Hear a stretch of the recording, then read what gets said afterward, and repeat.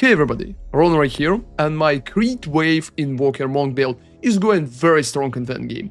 I'm literally clearing tier 15 maps without any issues, one-shotting most of the monsters very fast. It's pretty nice at bossing and just amazing at clearing. So I wanted to do a quick update, answering most of the questions that you probably have about the builds, commenting on changes, and on a few additional things that I already did to improve it. Let's go, and I will be able to explain what you can do to make your build even stronger. Check out the timestamps as usual, and let's go. So first question that I usually receive is how strong Storm Wave with Upheaval against bosses. And right now I'm showcasing a few bosses from tier 15 endgame maps, most of them being rare with various bonuses, and you can just judge it by yourself. In my opinion, it's very fast and we can kill bosses without any issues, even if we don't have additional buffs. So as you can see right now, we are killing them without any issues, and timing is pretty good for it too. Let's go forward. Another important moment to address is the last support for the Storm Wave, and a lot of people are asking me what we can use as a last support here. So generally we have only two options based on our current setup, and most of the time we need to choose between those two supports because everything else is not really working good. Currently for the last support I would recommend Heft, because Heft can provide a lot of additional maximum physical damage and it's going to improve our damage overall. Look at my DPS right now, I have 29,000 at my Storm Wave, but if I'm adding Heft we have 33 instead. That's a pretty good bonus, about 10% of approximate DPS. However, it's pretty often that you have a mana issue situation that I wanted to address too. So using Inspiration instead can be a great idea, because Inspiration is going to fix your mana completely.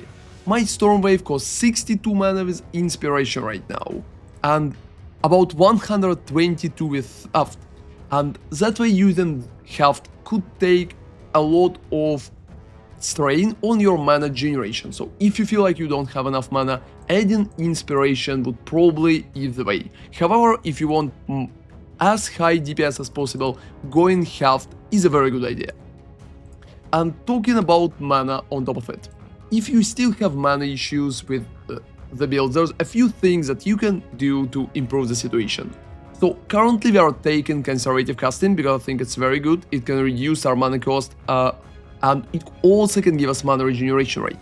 But if you still struggle with mana, going for mental toughness is probably a very good idea, because you can pass here with only 3 points, you will receive about 30% of mana regeneration rate, and you will receive 15% reduced mana cost while not on low mana. It's helping significantly with the cost in the most situations, so going for it is probably a great idea if you struggle with mana, because only for 3 points that situation will be resolved.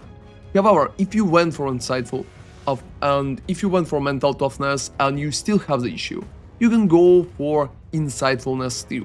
It will improve your energy shield and will give you some additional regeneration rate for your mana together with Intelligence. However, since it costs about 1, 2, 3, 4, 5 points, which is a lot, I honestly think that spending 3 for Mental Toughness is a better choice. However, just keep both of those options in mind. I also have about 1000 mana right now, so you probably need to roll mana at your items as well.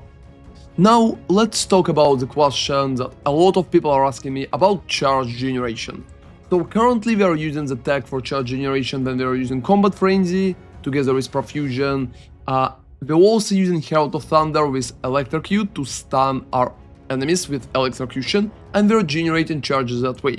We also need passive resonance for it. So people are asking me two questions about it. First, how we are generating charges at bosses. And short answer, we do not generate any charges at bosses if bosses don't have any additional monster spawns. But you shouldn't worry about it. We're using charge stuff only for a small additional DPS percentage. I killed most of the bosses without any issues in tier 15 without any charges. So if you can go with charged stuff when you're fighting the boss, it would be nice. If you don't have it, don't worry about it, just fight it with Storm Wave and you're going to be fine. And another important question, people are asking me that I have Elemental Focus and the setup together is Electrocute. And if you read Elemental Focus, it will be like it's unable to inflict elemental elements. A lot of people are asking me how it's working because Electrocute is elemental elements. However, right now it looks like there's some mistake in description or maybe the skill is bugged. But it's working together. You can check my words for that, for example, but I'm electrocuting enemies very stably together with Elemental Focus at my Herald of Thunder. However, since it could be fixed, if you worry about it, you can drop Elemental Focus and move it to Elemental Expression set and add any other bonus to Herald of Thunder. And moving forward, a lot of people are asking me why you cannot generate charges. So there could be two answers. Since we heavily dependent on Herald of Thunder damage, your Herald of Thunder should be a very high level. So try to get at least to level like 13-15, because only with such setup you will be able to hit for high enough damage to electrocute enemies and generate charges. So if you're not generating charges right now with such setup, you could do too much damage or not enough damage at all. If you're doing too much damage, you are killing enemies too fast. And since you are killing them too fast, you're not generating any charges because you can't electrocute dead enemies. And if you're not killing them fast enough, so you're not dealing enough damage with Herald of Thunder, you can't electrocute as well. In some particular situations, it could be an issue, so if you try that and it's not working for you, you can drop Resonance right now, you can repick 1 point here for critical damage bonus, and just not use Combat Frenzy, you can run any other aura instead of it. Since you probably don't have a lot of additional spirit, it will not be an issue. I still recommend to use Herald of Thunder. You can also try to change your weapon, and if you're killing enemies too fast, you can progress to higher tier maps, because it can help you in that particular case. And now, let's talk about the tree.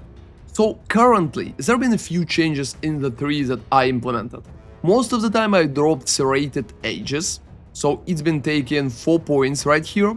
And instead of that, I took 4 points to reach Throatseeker. It's pretty important, because first off we can get some ASTR, because we need a lot of ASTR for the last support.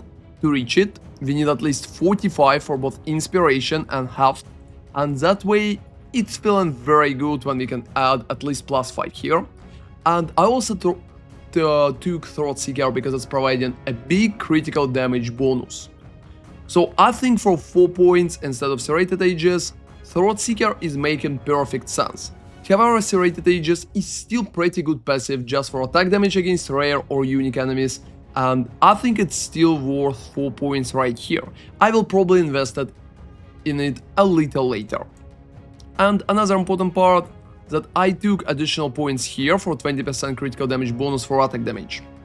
And you can also invest into damage on critical here, because 20% damage if you dealt a critical hit recently is very good.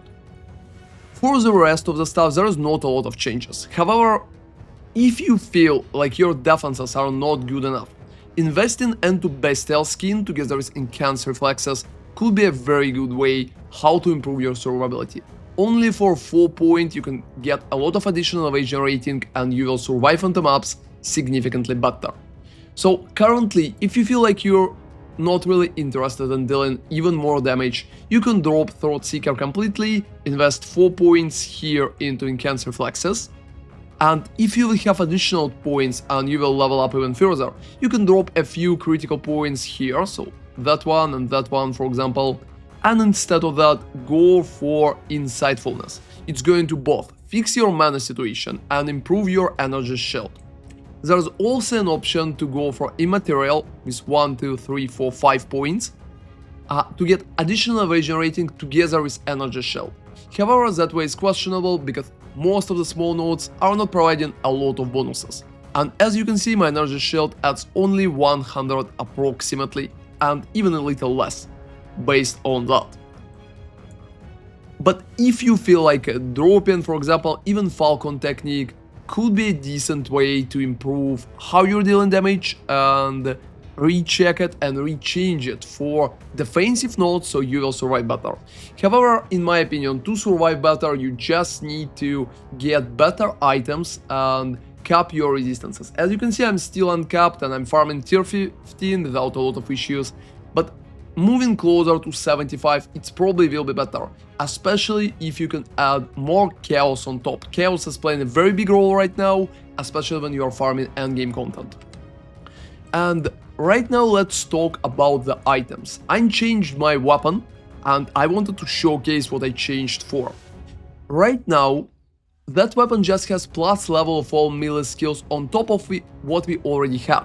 But the base itself is better, because critical hit chance has 11.50% and it's more than 10. It gave me additional critical hit chance for my storm wave and I'm currently at 52.5%. I've been around 46 before the change and I think it's helping with the damage significantly. Also, if you can roll on your quarterstaff something like gain mana per enemy killed, it could be very good. But if you cannot, just adding inspiration as the last support gem should help you a lot. Next step, I will probably try to improve half of my other items, such as gloves for example, or go for better body armor, because most of my items here are questionable. And getting better belt could be a very good option too, especially since we can get 2 charms for freeze or for example for bleeding or additional fire resistance based on what we have in the map right now.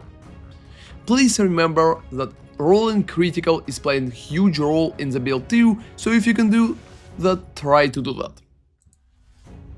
Since we are moving significantly closer to endgame, it's also pretty important to get some quality on your gems. First off, I recommend to get quality at Wind Dancer, because that way we will get one more stage that will give 90% more evasion rating, which is very nice. And also we can get some additional quality for Storm Wave, because it will give us bigger wave and significantly more coverage.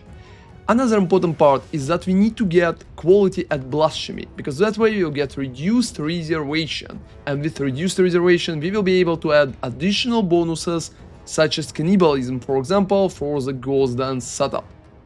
So that's been my quick update for critical wave build. I think the build is going absolutely great, moving to the endgame and decimating tier 15 maps.